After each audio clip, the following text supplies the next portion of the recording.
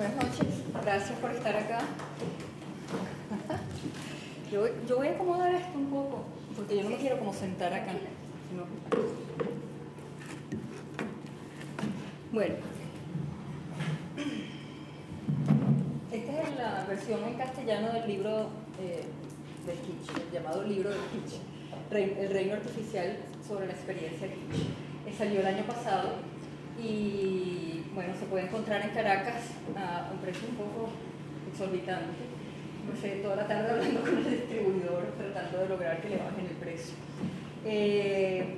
No me voy a meter mucho en el libro porque quiero concentrarme en la charla, pero quería dar como una visión de lo que es el libro y de lo que hago en el libro. Para mí lo más importante es que yo no me meto para nada en la polémica que todavía no existe, pero debería existir, sobre el kitsch como mal gusto.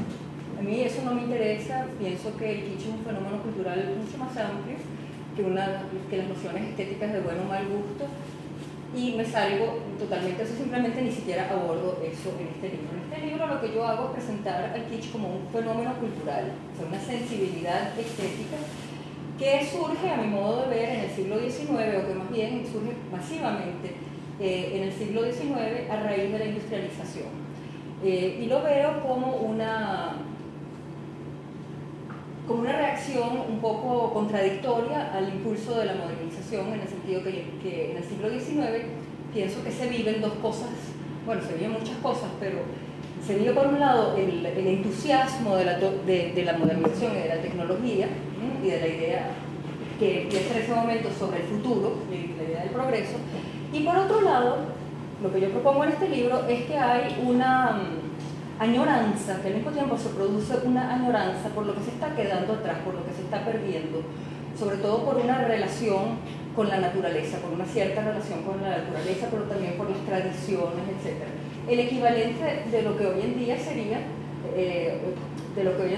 sería la relación cada vez más visual que tenemos con las cosas, que nos va alejando de lo táctil. Bueno, el equivalente de eso en el siglo XIX, es decir, el siglo XIX, que empiezan los trenes, las máquinas de vapor, empieza verdaderamente la noción de la máquina a tener lugar, vive lo que yo propongo, que es una pérdida. Y esta pérdida se vive entonces de manera contradictoria en la modernidad, porque la vive como una ganancia supuesta en un futuro de progreso y como una pérdida de un mundo en el cual había una noción del tiempo continuo, que la modernidad viene a interrumpir, y había una serie de tradiciones y una relación específica, y una relación cercana con la naturaleza.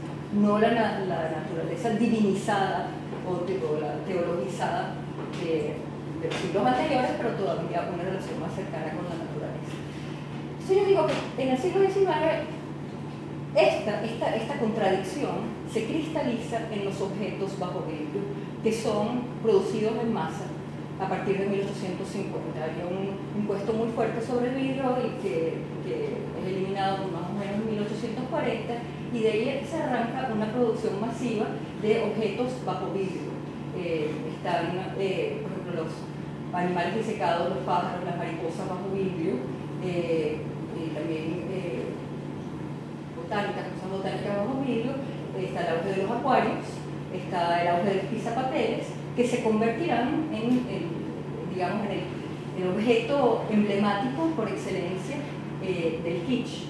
Entonces yo, en la primera parte del libro, hago esa propuesta de decir, bueno, esa contradicción, esa melancolía, esa añoranza que hay por lo que se ha perdido, es una especie de memoria real o imaginaria, porque a veces se ha perdido, no se sabe lo que se ha perdido, o se cree que se ha perdido lo que nunca se tuvo. Eso queda cristalizado en estas esferas de vidrio llamadas los pisapapeles, que tienen un gran auge en ese momento. Entonces, esa es la primera parte del libro. En la segunda, toda esta cuestión del vidrio, esta propuesta del kitsch como un fenómeno cristalizado. En la segunda parte del libro, yo tomo la idea del vidrio y la metaforizo en el agua, porque veo que hablo como si el vidrio fuera un congelamiento del agua. Y estudiando el siglo XIX, en la primera parte del libro, caí en cuenta de cuán importante era el imaginario acuático submarino en el siglo XIX, que es una cosa que en general no se sabe mucho, pero tiene tanta importancia como la tendría para el siglo XX el espacio. O sea, el equivalente del espacio para el siglo XX es el mundo submarino para el siglo XIX. Vemos Julio Verne, 20.000 leguas de viaje submarino, con el cual he hecho una competencia feroz en estos últimos 15 años dedicándome al mundo submarino, de tal manera que el capitán Verne se quedó atrás. Vemos el mito de Atlantis, que tiene muchísima importancia durante el siglo XIX. Vemos todo, esto es todo lo que vemos, vemos todo este mundo imaginario en el cual me meto en la segunda parte del libro, bajo al fondo del mar, a explorar un poco toda esta topografía submarina, que es de lo cual voy a hablar hoy. Y finalmente, en la tercera parte del libro, surjo, como quien dice, cargada de tesoros, de los corales, las estrellas marinas, etc., y me pongo a estudiar las colecciones de historia natural. Momento en el que paro el libro porque me doy cuenta que ahí estoy entrando como en otra cosa, en otro libro, que es el que estoy ahora. Entonces paro el libro en ese momento. Todo eso unido por un cangrejo ermitaño, que es un poco mi musa y también como mi objeto en el cual, bueno, hay una identificación, pero sobre todo el objeto en el cual yo permito que mi subjetividad se manifieste, es decir, mi relación con el kitsch queda explícita, la asumo como tal y la exploro y la desarrollo poéticamente con un cangrejo ermitaño que está metido en una bola de cristal, básicamente en un gris de papel. Pero ese cuento no se los puedo echar hoy porque ese es un cuento muy largo. Yo me voy a meter en la cosa de las ruinas submarinas, porque lo que quería estudiar, lo que quería proponer, sobre todo arquitectos, era un poco esta noción de la ruina. Yo trabajo la ruina a partir de la idea de Walter Benjamin, es decir, de la ruina como una alegoría, ¿no? Y hablo de eso también está discutido aquí. Básicamente Benjamin dice que habla de la imagen dialéctica y de la ruina como la imagen dialéctica por excelencia, puesto que ella es lo que queda de la imagen utópica, la imagen del deseo. Y dice que al ser ruina, tiene más fuerza, o sea, como ruina tiene más fuerza que como momento utópico, porque de alguna manera en su caída podemos ver casi como el trayecto que recorrió y también la importancia que tenía como imagen utópica. Todo eso tampoco lo voy a hablar hoy porque yo me quiero meter en las ruinas submarinas, pero es para darle un poco el contexto. Entonces realmente lo que voy a hacer es que voy a leer algunos capítulos que vienen después de mi discusión del símbolo y la alegoría, porque además es como muy conceptual. Y voy a empezar con un capítulo que se llama Melancolia Artificialis, que es la añoranza por el artificio. Creo que es aquí de Bonito Oliva que usa esa noción y a mí me encanta, ¿no? Entonces yo me voy a dedicar a leer y lo voy a ir haciendo como... Lo que voy a hacer es meterlos en el mundo submarino, básicamente conmigo. Primero vamos a ver un poco... Voy a hacer varios pasos porque voy a entrar primero en las ruinas falsas y después quiero pasar a las ruinas artificiales. Yo hago una distinción entre estas. No me meto con las ruinas de verdad, esas no me interesan tanto. Me voy a hacer esta distinción que me importa mucho entre las ruinas falsas y las ruinas artificiales, pero bueno, lo voy a ir haciendo como poco a poco.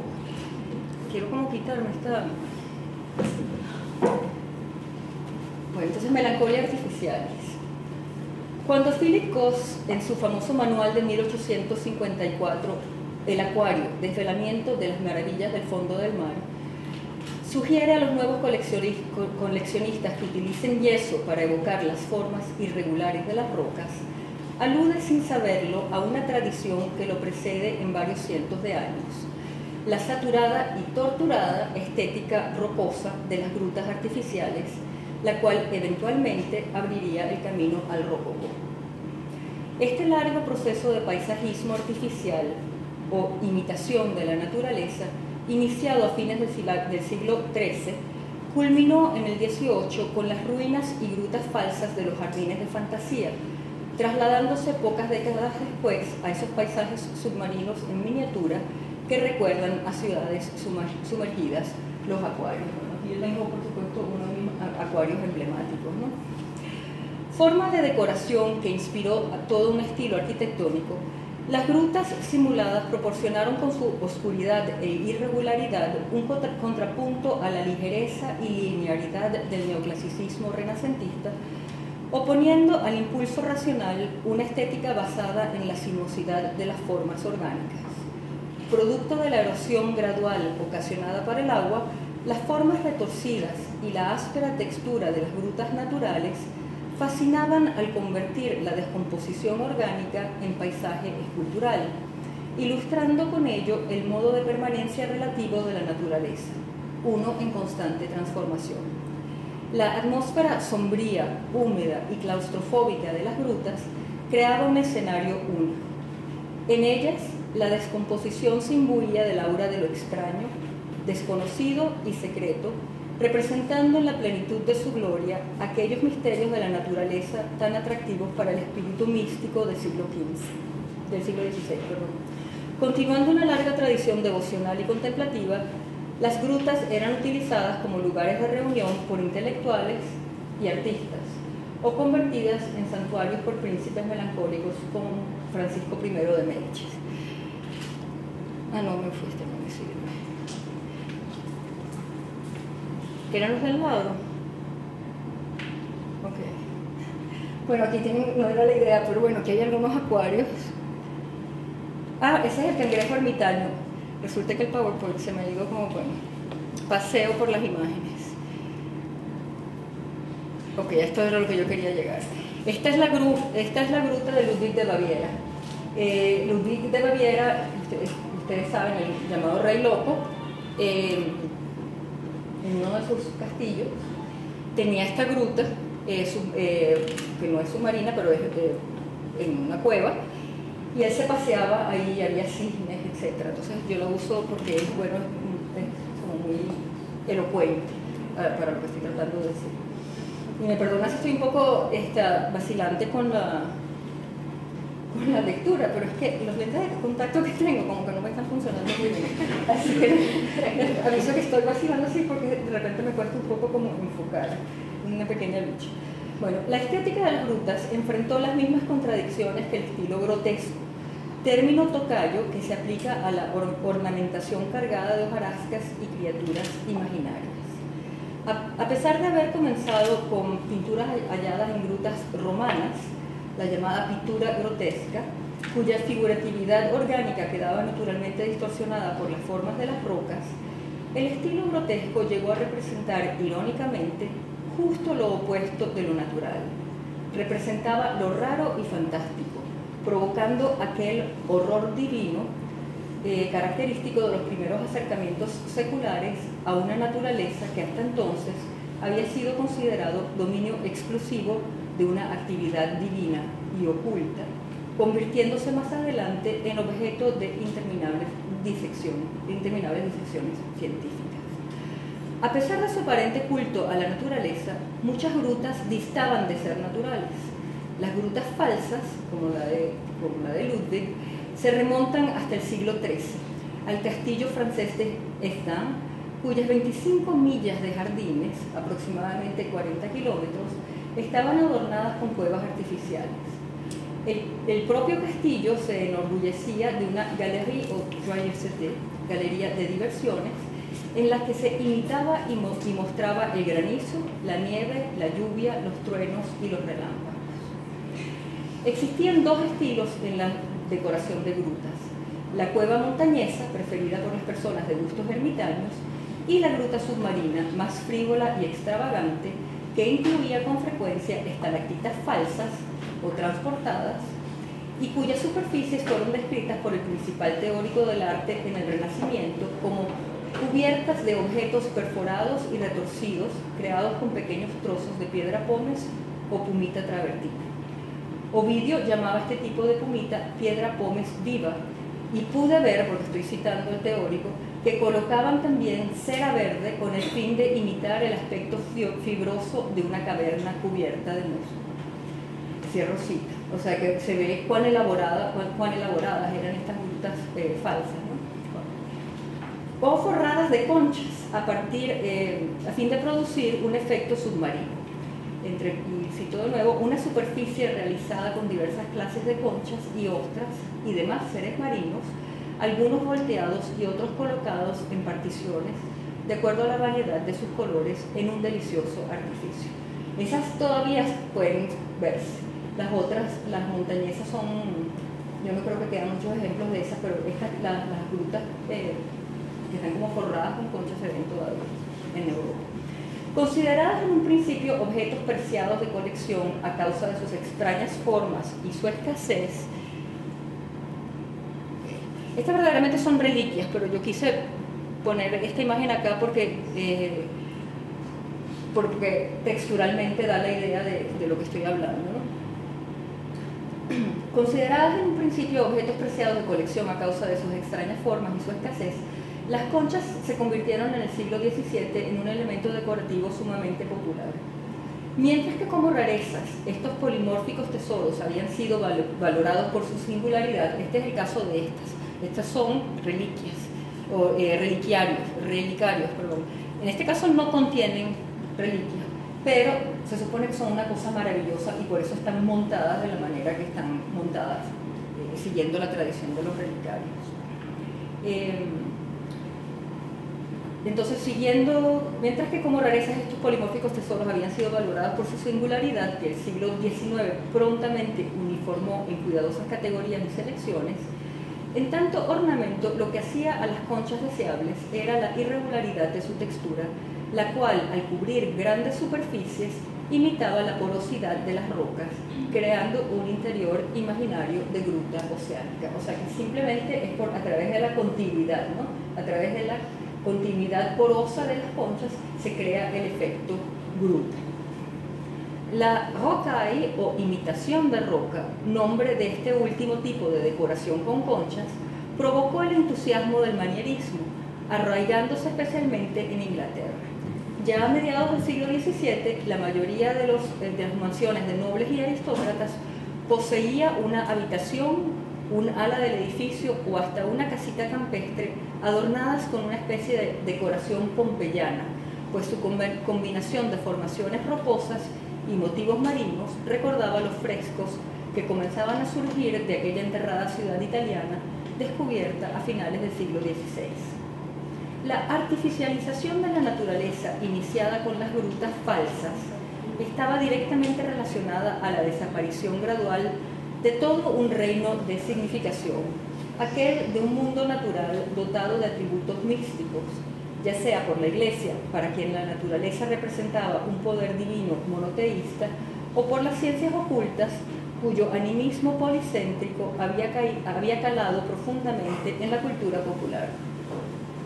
Desplazadas por el desarrollo de métodos de investigación racionales y sus modos pragmáticos, estas interpretaciones de la naturaleza abrieron el camino a un nuevo conjunto de significados en los que la naturaleza se transformó gradualmente en parámetro de la evolución social.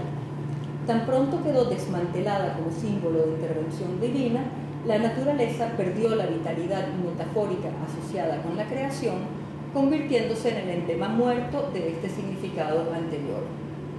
A dicha muerte figurativa se añadió otra más literal, a medida que la naturaleza, o más bien sus restos, coleccionados compulsivamente por disciplinas emergentes, tales como la botánica, la zoología y la geología, fue reduciéndose a la simple ilustración estática del conocimiento empírico. Bueno, eso es de lo que yo hablo en la tercera parte del libro, toda esa, digamos, caída de la naturaleza, porque no hay otra manera de decirlo. O sea, la naturaleza pasó de ser, primero que nada, una manifestación de lo divino, a después ser coleccionada como algo de maravilla, a después ser clasificada, y ya en el momento que empieza a ser clasificada se pierde la idea de la maravilla, empieza la evolución científica y se caen las colecciones de historia natural, que después se van desmembrando poco a poco, eso lo explico en la tercera parte del libro, pasando por los gabinetes de curiosidades y eventualmente terminan en los mercados de pulgas.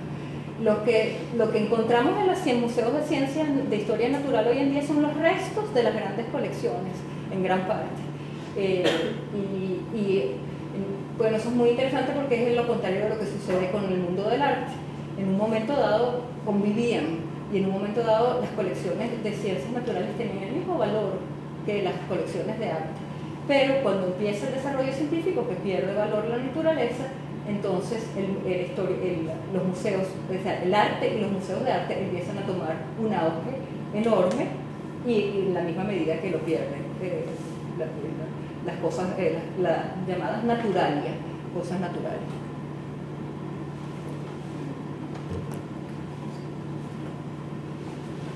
¿Todo bien? ¿Vamos bien? ¿Sí? El destronamiento de su simbolismo místico transmutó a la naturaleza en una representación vacía, que en lugar de significar las eternas fuerzas de la vida, representaba literalmente su transitoriedad y continua transformación. No es por azar que los siglos XVI y XVII conocieron un auge de colecciones de historia natural, así como del arte de los bodegones o naturalezas muertas. La naturaleza fue reconocida en tanto entidad autónoma al atravesar el umbral de su muerte cultural, admirada en cuanto fenómeno al abandonar el abrazo metafísico de la teología y encaminarse hacia el pragmatismo del conocimiento científico. Es como si la amenaza de la modernización hubiera obligado a la naturaleza y el universo mágico que representara en otro tiempo a buscar refugio en los escatológicos pliegues de la representación alegórica. El romanticismo intentó apartar a la naturaleza de este camino, proporcionándole un escenario donde desplegar sus menguantes atributos místicos, escenario que terminó logrando lo contrario, subrayando así dramáticamente la transformación cultural en marcha. Rechazando las posturas teocéntrica y agnóstica, el romanticismo decimonónico reaccionó frente a la pérdida del reino místico natural, resucitándolo bajo un aspecto más apropiado a su filosofía antropocéntrica. La naturaleza se volvió sinónimo de las emociones humanas, en especial del ardiente deseo romántico por un ahora perdido sentido de trascendencia. En lugar de un objeto pasivo de interés científico, la naturaleza volvió a ser un sujeto activo, dotado de sentimientos, ofreciendo un modelo secular de la perfección divina. Es un momento de intento de recuperación de la naturaleza, pero mediatizado a través de los sentimientos humanos, es decir, ella como expresión humana. Los románticos alzaron la vista hacia las estrellas, escudriñaron en torno suyo los ríos y los bosques y se internaron en las cavernas y profundidades oceánicas, buscando en todas las manifestaciones del poder de la naturaleza una correspondencia universal para así reforzar la formación de su identidad laica. Fascinados por las ciencias ocultas, cuyas analogías entre la naturaleza y el universo imbuían de significado cósmico su agudo sentido de la mortalidad, los románticos se regodearon también con las misteriosas sensaciones que brotaban de la oscuridad y la corrupción, favoreciendo los elementos propios a la sensibilidad neogótica: cavernas, catástrofes naturales, castillos abandonados, iglesias, calabozos, cementerios y naufragios. En resumen, todo tipo de ruinas. Estas fueron incorporadas a un panteón pagano de la muerte que intentaba sustituir con una experiencia sobrenatural la ansiedad cultural producida por el carácter perecedero de la materia. El estado fragmentario y descompuesto de las ruinas recreaba perfectamente el camuflaje orgánico tan fundamental para la estética grotesca, convirtiéndose así durante largo tiempo en su prolongación artificial, en especial si tenemos en cuenta el deleite renacentista por el artificio y el trompe-l'œil, el engaño visual. Lo que voy a seguir ahorita es esta simbiosis que se empieza a dar entre las ruinas entre las ruinas, las rocas y esta atmósfera que se intenta recrear. Más que una naturalización del artificio, la apropiación orgánica de un resto arquitectónico, las ruinas penetraron en el campo grotesco como si hubieran sido producidas por la naturaleza, obteniendo gran éxito en su impostura. Supuestos ornamentos naturales, las ruinas adquirieron inmediatamente ese grado final de inercia asociado a todo artificio. La naturaleza se transformó en una versión petrificada de sí misma y las ruinas en signos de segunda clase, en imitadores de la vida, o más apropiadamente, de la vida inmóvil, una forma de muerte. Era un caso dramático de melancolia artificialis, el anhelo por lo artificial. En cuanto a modelos de pureza ideológica, o más bien de la carencia de ideología, la naturaleza y las ruinas fueron redimidas en el siglo XIX, pero como ornamentos fueron denostadas al considerarlas kitsch.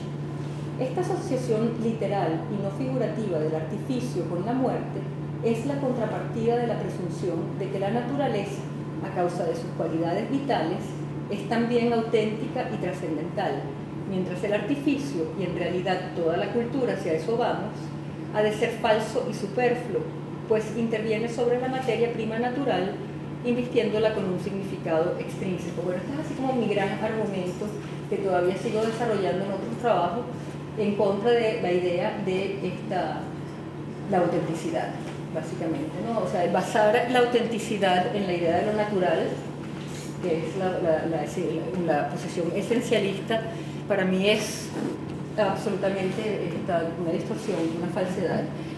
Y bueno, yo sigo desarrollando ese trabajo, pero en este momento lo que estoy diciendo es que todo lo que era falso, por ser falso, era considerado kitsch, que es básicamente el argumento básico que se desarrolla en el siglo XIX. Y estoy tratando de explicar cómo estas ruinas, que todavía no son consideradas kitsch, porque todavía ni siquiera el concepto de kitsch surge a fines del siglo XIX, van a ser vistas a posteriori como algo kitsch.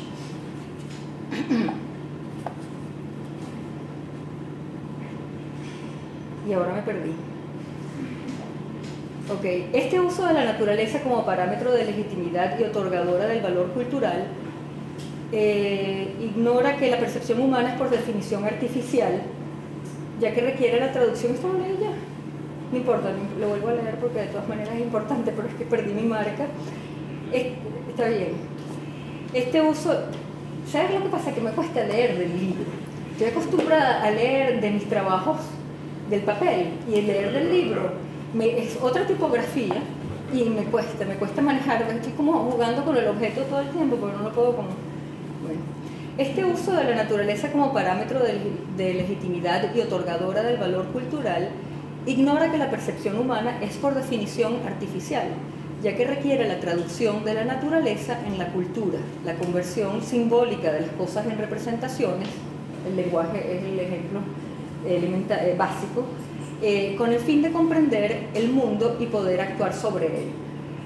Más que algo falso y destructivo, todo artificio, y por siguiente también el símbolo y la alegoría en sus grados ascendentes de elaboración cultural, debe ser considerado como una segunda naturaleza, una sofisticada producción de significado específica a la sociedad.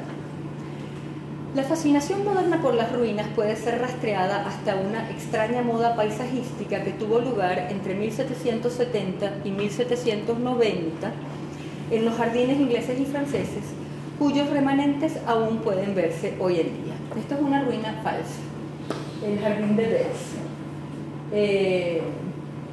Bueno, son un tronco de jardines, ¿verdad? Eran parques.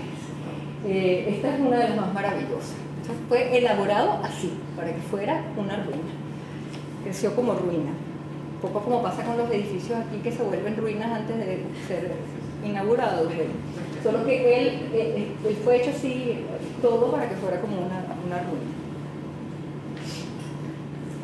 Esta moda consistió en la construcción de las llamadas folies o locuras, monumentos a escala natural de diversas culturas y periodos históricos, entre los cuales las ruinas falsas eran accesorios obligatorios. Conocidos también como jardines psicológicos, estos fantásticos micromundos intentaban unir la naturaleza y la cultura en un peculiar abrazo que comodificaba a la primera y convertía a la segunda en ícono de sí misma. A medida que bosques, lagos y grutas eran cosificados, las folies se transformaban en escenarios donde desarrollar ficciones personales. Bueno, obviamente esto es ocio aristocrático, ¿verdad? Porque primero hay que poseer el parque y hay que tener todo el dinero y además hay que tener como bueno, como de alguna manera ese enorme capital cultural que requiere estarse paseando imaginariamente por esas cosas, ¿no? Estamos hablando de un mundo absolutamente privilegiado, eso es obvio, pero que en su locura, como son llamadas folies, que en su locura produce estas maravillas. En los jardines de fantasía, aquí tengo otra, que es extrañísima porque de alguna manera es la base de una torre, fue construida como la base de una torre, y esta también pertenece al jardín de Deleuze. En los jardines de fantasía, la ruina falsa, generalmente compuesta por los restos, entre comillas, de un templo griego o una iglesia gótica, no era sino un elemento coadyuvante dentro de un universo que, sin advertirlo, intentaba reproducir la visión occidental de la historia. Era un símbolo de la tradición, aun cuando ésta, dado su deterioro, podía considerarse en plena decadencia. A pesar de la ironía de ser una ruina manufacturada, la ruina falsa denotaba un sentimiento de admiración hacia los monumentos de la humanidad, los cuales eran citados, digámoslo así, con el fin de proporcionar un panorama condensado de la civilización. De este modo, las ruinas falsas representaban la nostalgia por una situación cultural cuya continuidad se hallaba amenazada por el germinar de la modernidad. No es casualidad que brotasen justo antes de la Revolución Francesa y en vísperas de la industrialización. Señalaban una transformación histórica en un momento cuando la rapidez de los acontecimientos imposibilitaba esa percepción temporal, percepción que además la nobleza necesitaba desesperadamente negar. Evidentemente es querer quedarse en una fantasía, en este caso neoclásica. Las ruinas falsas y los jardines de fantasía pueden ser también entendidos como una reacción romántica frente a aquel heraldo de la división moderna, la edad de la razón o de las luces, durante cuyo serio reinado aparecieron y del cual parecen burlarse abiertamente con su capacidad para la fantasía. Sin embargo, más que cuestionar o comentar directamente la época en que fueron creadas, las ruinas falsas intentaban evadirla, transportando a sus creadores y admiradores a la realidad superior de todos los monumentos decadentes, la trascendencia de la civilización simbolizada en los restos de sus creaciones. Es decir, que yo pienso que las ruinas falsas mantienen la admiración por el mundo clásico. No sucede lo mismo con las ruinas artificiales, pero por eso estoy desarrollando estos distintos grados de ruina. Las ruinas falsas, pues, tienen la capacidad de emular o parodiar a sus referentes. ¿Cuál de estos aspectos predomina? Depende del uso peculiar al que son destinadas dichas ruinas y de la fuerza cultural de aquello que reproducen. En el caso de los jardines de fantasía, como ya hemos visto, las ruinas falsas evocan nostálgicamente un pasado en el cual sus creadores creen todavía ardientemente.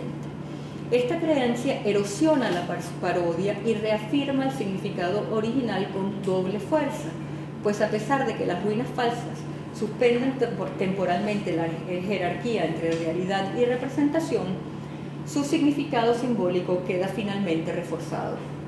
Al igual que el balneario Atlantis, porque antes en el libro yo hablaba del balneario Atlantis, que hay uno que está aquí cerca en las Antillas, creo, y luego en Arabia Saudita hay otro, ¿no? Que son balnearios, este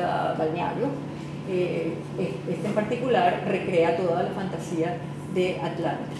Yo creo que está aquí en el Caribe hay uno y ahorita abrieron otro en Arabia Saudita. En el capítulo donde yo discuto el símbolo y la alegoría, lo uso como ejemplo. Entonces, por eso digo que al igual que el balneario Atlantis, las ruinas falsas ilustran cómo el simple vaciar a un símbolo de significado no basta para derribarlo, sino que por el contrario le permite regresar a su significación previa.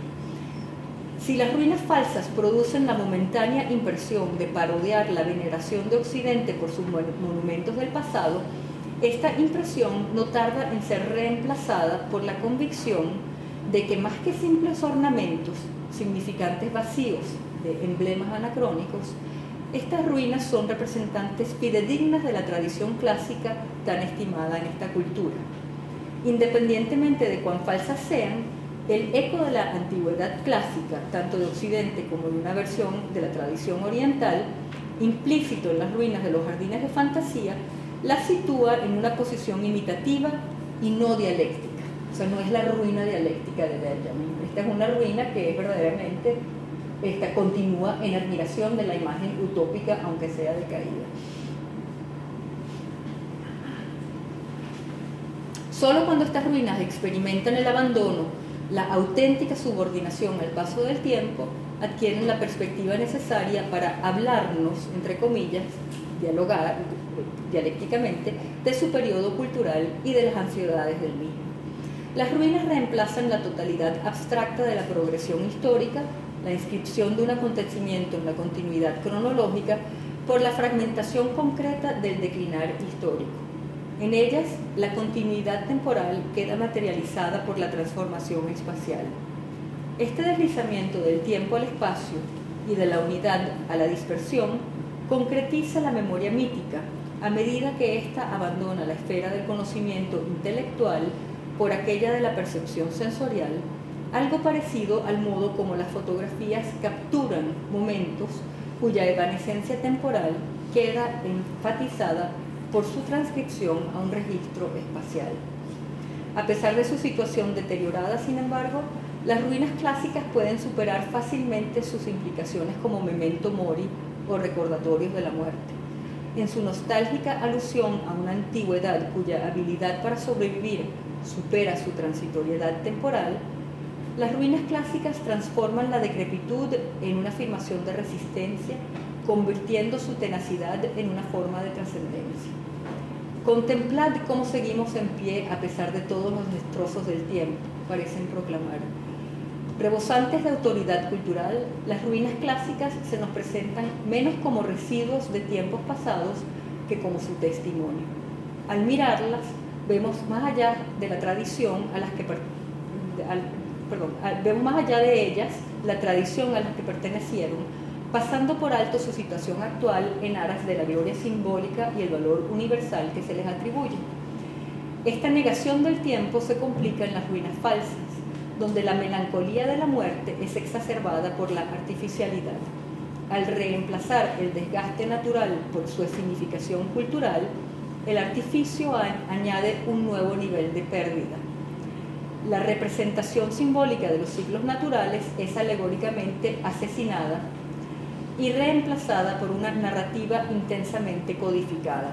El proceso de la muerte se representa a sí mismo en las ruinas artificiales, ya que con ellas no hay la posibilidad de un ciclo, solo un eterno momento final sin principio alguno. Entonces, estas fueron las ruinas falsas y ahorita me voy a meter con las ruinas artificiales. Si están de acuerdo. O sea, porque yo podría abrirme preguntas ahora, pero si no abro preguntas ahora, entonces no voy a seguir desarrollando, no lo voy a llevar al fondo del mar y yo quiero seguir mi camino. Entonces, si les parece, voy a continuar con el próximo capítulo que se llama Arquitectura Oceánica. ¿Estamos de acuerdo? ¿Estamos bien? Esto porque yo quiero estar allá, pero es que yo creo que el sentido verdaderamente es ir más allá de las ruinas falsas que, como acabo de decir, lo que hacen finalmente es emular un referente, pero no llegan a cuestionarlo o a parodiar lo suficiente como para la subversión. No creo que voy a llegar a la topografía del inconsciente, que es a donde quisiera llegar, pero bueno, vamos a cubrir parte del camino. Vamos a cubrir parte del camino. ¿Ves que yo parece que... Bueno, en fin. Hay cursos pendientes que se deben dar. Es que por eso se los voy leyendo, porque si no me empiezo a ir como por las ramas y voy mal. Y está estructurado de cierta manera ya. Esto se llama arquitectura oceánica. Mientras los aristócratas recreaban fantasías exóticas en sus bucólicos retiros del campo, con una que otra ruina o gruta añadidas como saludable contraste estético, la burguesía victoriana optó por los misterios de las profundidades marinas. Este territorio, en gran parte desconocido, cable submarino, cobró vida culturalmente cuando los cables submarinos, alzados a la superficie para ser reparados en 1860, trajeron consigo formaciones de corales y estrellas de mar, eliminando de sopetón el mito de un lecho oceánico vacío. Pero ya ustedes pueden ver en la ilustración cómo hay una cierta textura que se continúa, además por el hecho, bueno, que obviamente es un dibujo, ¿no? Por el tipo de medio en que es reproducido. La relativa novedad de la exploración submarina es sorprendente. No fue sino hasta 1872 que se realizó un auténtico y memorable viaje de investigación de las profundidades del mar, el cual duró 3 años y medio y recogió 4.417 especies de animales y plantas. Si bien los hallazgos de Challenger, que era el nombre del barco y del proyecto, llenaron 50 grandes volúmenes ilustrados con detalles sobre el agua salada, la vida en el mar y la geología marina, no ofrecieron más que una visión limitada de la vida en el océano, pues en esa época, perdón que me ría, pero es que pues en esa época las muestras no podían ser recogidas más que por dragado, es decir, arrastrando un gran cesto por el fondo del mar, el problema que tienen ahora en Venezuela, que se está tratando de eliminar esta forma de pesca, ¿no? De la pesca de arrastre, que es una forma decimonónica. Bien, ¿verdad? Porque el gran problema era que recogía todo y todo en grandes redes y todo quedaba como enredado y enmarañado y no se sabía qué era qué, o sea, no se entendía para nada cómo eso estaba constituido en el fondo del mar. Durante siglos, cómo descender y mantenerse bajo el agua constituyeron retos de primera magnitud y la mayor parte de la actividad submarina se limitó a sumergirse manteniendo la respiración, dedicándose en general a la búsqueda de alimento o de productos tales como esponjas y perlas. La referencia más antigua a una observación de las profundidades marinas se remonta al siglo IV a.C., cuando Alejandro Magno, según el manuscrito medieval Le Roman d'Alexandre, fue, entre comillas, tragado por el mar, dentro de un gran barril de vidrio, desde el que pudo ver a hombres y mujeres persiguiendo los peces y, según él, un pescado tan grande que tardó 3 días en pasar por delante del conquistador sumergido. La conclusión de Alejandro al volver a la superficie fue del todo pesimista. Señores varones, acabo de ver que el mundo está perdido y que el pez grande se come al chico sin la menor piedad. La hazaña, real o imaginaria, de Alejandro tardó casi 2000 años en ser igualada hasta que en 1538 se hizo descender una campana de inmersión en el mar español con 2 griegos y una vela encendida, frente a millares de espectadores. Su éxito inició la lenta proliferación del uso de campanas de vidrio para buscar tesoros hundidos. No sé qué es lo que tengo aquí. Tengo un acuario. Sigamos con eso. Y en 1691, un año antes de observar al cometa que llevaría su nombre, Sir Edmund Halley patentó una campana de inversión de madera. Sin cansarse jamás de explorar cielos y mares, Halley también inventó un método para renovar el aire en el interior de estas campanas y estuvo al mando de 1698 a 1700 del primer viaje científico marino. La falta de movilidad de las campanas de inversión las condenó a ser abandonadas en búsqueda de material más adecuado. Fueron reemplazadas por trajes experimentales de buceo y submarinos, ninguno de los cuales tuvo éxito hasta el siglo XIX, tras una larga y trágica secuela de historias de pioneros ahogados o asfixiados. Aunque ya Leonardo da Vinci había dejado bocetos tanto de escafandras como de un submarino hacia el año 1500, no fue sino hasta 1837 que el sistema de inmersión mejoró sustancialmente gracias al modelo de traje hermético concebido por Augustus Seeley, y aún tuvieron que pasar varias décadas antes de que la llamada borrachera de las profundidades, la narcosis de nitrógeno capaz de provocar parálisis e incluso la muerte, razón por la cual uno tiene que ascender lentamente cuando baja en el mar, fuera resuelta definitivamente. Todos estos descubrimientos fueron abriendo camino al gradual desarrollo del aparato respiratorio submarino autónomo, conocido como SCUBA, que sería perfeccionado en el siglo XX y vuelto popular internacionalmente por el capitán Jacques Cousteau. En cuanto a los submarinos, se intentaron diversos modelos desde finales del siglo XVI, incluido el Nautilus, creado en 1800 por el inventor de la máquina de vapor, Robert Fulton, pero la aparición exitosa de una nave sumergible no tuvo lugar sino hasta mediados del siglo XIX, aunque su finalidad era desgraciadamente la guerra. Hasta la segunda mitad del siglo XIX, pues, nadie tenía una idea clara acerca del aspecto del fondo del océano, o más bien, ideas era lo único que todo el mundo tenía, dada la condición infinitamente enigmática e imaginaria del reino submarino. En consecuencia, el océano y su emblema doméstico, el acuario, resultaba el lugar perfecto para la proyección victoriana de la interioridad, intentando hallar en la esfera privada un refugio frente a la violenta reconstitución de la esfera pública.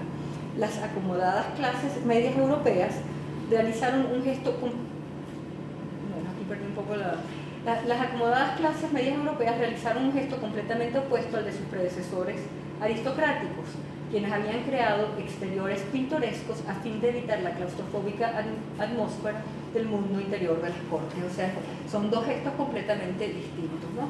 En las ruinas falsas que habíamos visto, lo que sobra es el espacio, y lo que era claustrofóbico era la corte y los interiores. Al momento que pasamos a la burguesía, espacio público se vuelve completamente desbordante y hay un refugio, una búsqueda de interioridad, y surgen los llamados interiores victorianos y la interioridad, la famosa interioridad burguesa. Al igual que aquellos jardines de fantasía, los acuarios proporcionaron... Entonces yo tengo aquí el acuario de París de 1900. Lo que pasa es que desgraciadamente la imagen no se ve demasiado bien, pero esto es un gran acuario, ¿no?, de una feria mundial, y supuestamente hay como, bueno, uno ve como un tiburón, etc. Había una imagen de sirenas, que un efecto realizado con espejo. Entonces supuestamente la gente que estaba al frente, a mí lo que me gusta de esta foto es que se ve la producción, el aparato, todo el aparato que se necesita para tener esta imagen, este acuario funcionando real e imaginariamente, porque como digo, había una especie de sirenas que eran reflejos en espejo, pero desgraciadamente la imagen no permite ver. Al igual que aquellos jardines de fantasía, los acuarios proporcionaron una combinación única de elementos naturales y manufacturados, creando una atmósfera intensamente artificial en la que ambos se fundían. Al principio se había utilizado piedras para sujetar las plantas al fondo del acuario y permitir a los peces frotarse contra ellas u ocultarse en sus grietas. Estas finalidades prácticas, sin embargo, no tardaron en ser reemplazadas por intereses decorativos, los cuales comenzaron modestamente con la adición de columnas y arcos en miniatura, así como de los populares cromlechs, dos piedras verticales que soportaban una tercera. Esto todo el mundo lo ha visto en los acuarios domésticos. Eso estoy hablando de cosas que existen ahora en plástico.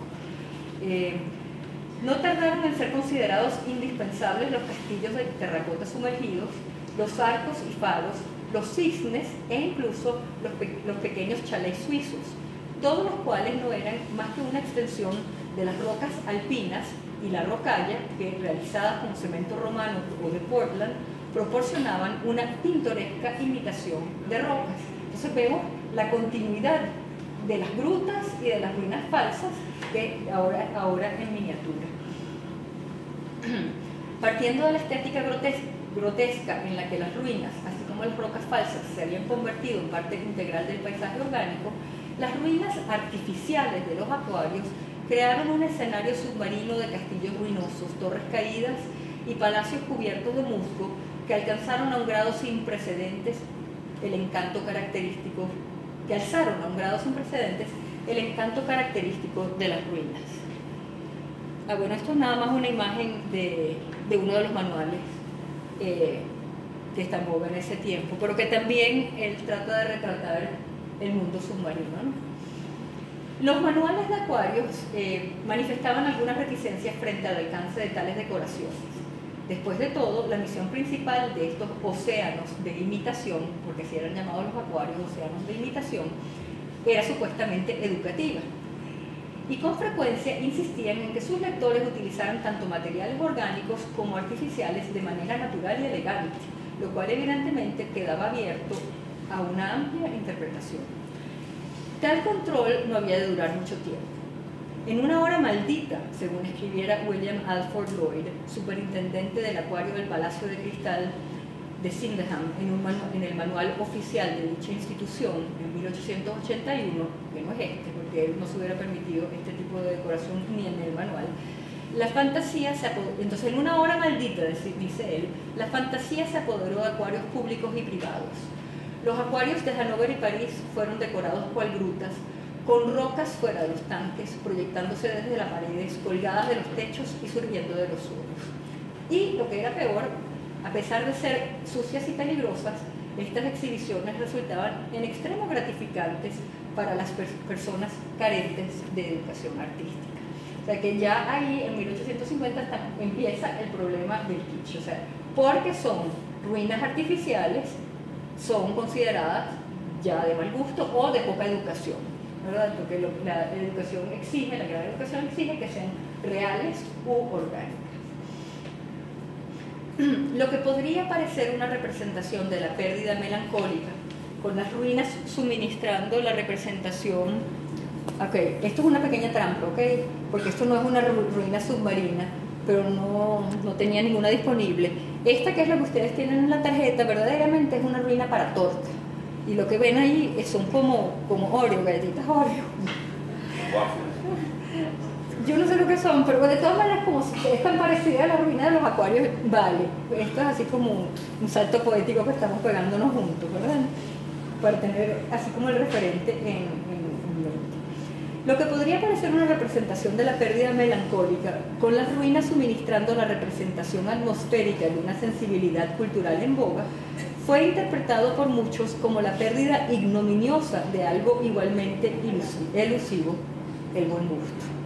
Desde su utilización inicial como decoraciones en los acuarios, las ruinas artificiales fueron objeto de airados comentarios por superfluos y sobre todo por osar imitar a la naturaleza, al igual que había ocurrido años antes con el Palacio de Cristal.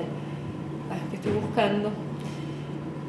Bueno, quizás después les muestre algunas, porque esto lo tengo, pero me tengo que poner a buscar, no lo tengo a mano. Y aunque los ataques contra el artificio pueden remontarse a lo largo de la historia hasta Platón y su rechazo de las apariencias, encontraron su portavoz decimonónico más prominente en el influyente crítico de arte John Ruskin. Acorde con la teología natural de su tiempo, a la que el estudio popular de la historia natural pagaba los debidos respetos, considerando que las maravillas naturales eran tales gracias a la mano del Creador, Ruskin escribió extensamente acerca de las cualidades éticas del arte que se mantenía fiel a las formas naturales, declarando que toda artificiosidad era falsa y por consiguiente no solo mal arte, sino arte inmoral. Hermann Broch después retomaría esto, y Clement Greenberg, el gran crítico del kitsch, plagiando a Broch también, ¿no? Toda la idea es que es una mala, no es que sea solamente una, o sea, no es que sea malo o bueno, es que es imitación, y por ser imitación es malo. Pocas décadas más tarde, Hermann Broch utilizaría una premisa semejante para fundamentar su rotundo rechazo al kitsch, afirmando que su impulso imitativo lo determina como inauténtico, reduciéndolo a una búsqueda de efectos de verdad y no de la verdad misma. Las ruinas artificiales de los acuarios probaron estas aguas a mediados del siglo XIX con resultados predecibles. Fueron un enorme éxito popular. La primera exposición de Lave, en 1867, copiaba el aspecto de la cueva de Finnegan en Escocia, y en la segunda, la mitad del interior fue concebida para imitar, estoy citando, cómo los israelitas atravesaron el Mar Rojo sobre tierra seca, con los techos modelados de modo que parecieran enormes olas arqueadas, detenidas repentinamente en su avance como grandes muros laterales. La otra mitad de la exposición imita una cueva con estalactitas.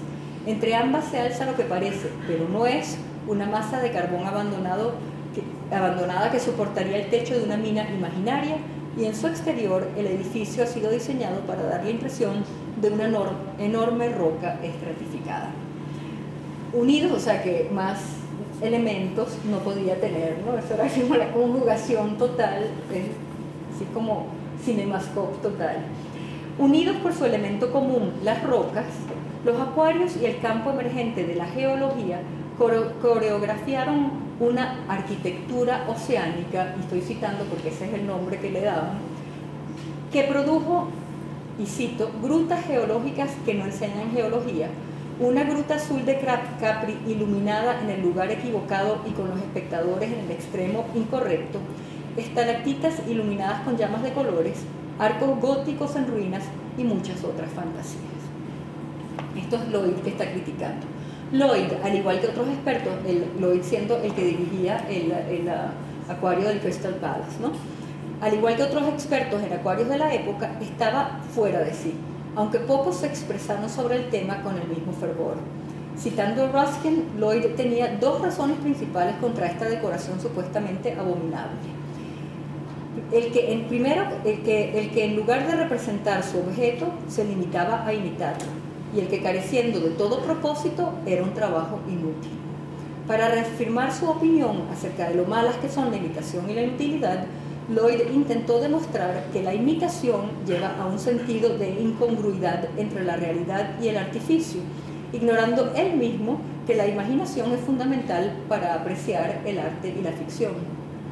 La magnitud de la estrechez mental de Lloyd queda ilustrada en su diatriba contra lo que él llama ruinas artificiales, ya que estas, cito, en efecto proclaman falsamente que el tiempo las ha arruinado, y como el interés por una ruina auténtica se debe únicamente al conocimiento de los efectos del tiempo, es inútil realizar algo cuyo único propósito ha sido cuidadosamente eliminado. El razonamiento de Lloyd carece de fuerza gracias al mismo discurso que intenta elevarlo más allá de todas las delicias terrenales, una visión puritana que invalida cualquier disfrute o material o estético. Como suele ocurrir, esta demagogia moralista apenas logra ocultar una de las principales motivaciones de Lloyd, la competencia internacional entre los acuarios públicos por ser el mayor, el más hermoso o el más avanzado científicamente. O sea que en definitiva todo era ver cómo tumbo los otros acuarios y digo que el mío es el mejor. Cierto es que en su exagerado celo, Lloyd llega al extremo opuesto de los especialistas en acuarios populares, tales como Shirley Hibbert, quien veía en los acuarios quien veía los acuarios como las cuentas de nuestro rosario de homenaje al espíritu de la belleza. Sin embargo, pareciera ser justicia poética el que a vuelta de siglo un lector escribiera los siguientes comentarios en los márgenes del ensayo introductorio de Lloyd. Pues vaya individuo rígido que es. O sea, en el manual de Lloyd yo encontré eso escrito a mano, en inglés, ¿no? What a stiff guy. Y el acuario del Palacio de Cristal es tan simple y poco atractivo como un granero. O sea que a la gente simplemente, a los teóricos podría no gustarle, pero a la gente le encantaban mientras más artificio mejor. En los acuarios, pues, el valor simbólico de las ruinas como testamentos de la tradición cultural queda sobrepasado por sus cualidades más materiales. Las ruinas artificiales son apreciadas por su aspecto y el sentimiento que provocan. Lo más relevante a este punto es no solo que las ruinas han conseguido distanciarse hasta tal grado de sus referentes originales que han llegado a ser prácticamente autónomas, sino que en este proceso hasta el último residuo de las nociones esencialistas de causalidad o autenticidad ha sido sacrificado en aras de la representación. Al faltarles la referencialidad o el simbolismo, las ruinas de los acuarios están condenadas a permanecer incompletas, lo que a su vez compensan alegóricamente mediante una triple validación de la narrativa de pérdida. Primero como ruinas, luego como ruinas falsas y finalmente como ruinas artificiales carentes de todo referente real. Las ruinas artificiales van más allá de las falsas, son doblemente falsas. No solo son producidas artificialmente, sino que su proceso de significación tiene lugar por omisión. Justamente porque tienen aspecto de rocas, terminan siendo los adornos perfectos del acuario. E incluso el referente secundario al que apuntan, como quien no quiere la cosa, la Atlántida, en términos prácticos no existe. En este sentido, los castillos en ruinas y los templos de los acuarios desempeñan un papel ambiguo, legitimando ficticiamente a la Atlántida, mientras la reubican en la categoría de mito. Tal vez sea por esta razón que las ruinas artificiales poseen una capacidad evocadora tan fuerte como lo demuestra su enorme popularidad. Lo que recrean es tan potente, sino más, que aquello que las ruinas simuladas y las verdaderas sugieren simbólicamente. La impostura de las ruinas de los acuarios provoca una experiencia intensa de pérdida, inalcanzable para esas otras ruinas que en su dependencia directa de la realidad no pueden ser nunca verdaderamente perdidas, sino solo desubicadas en nuestra imaginación o memoria. Gracias.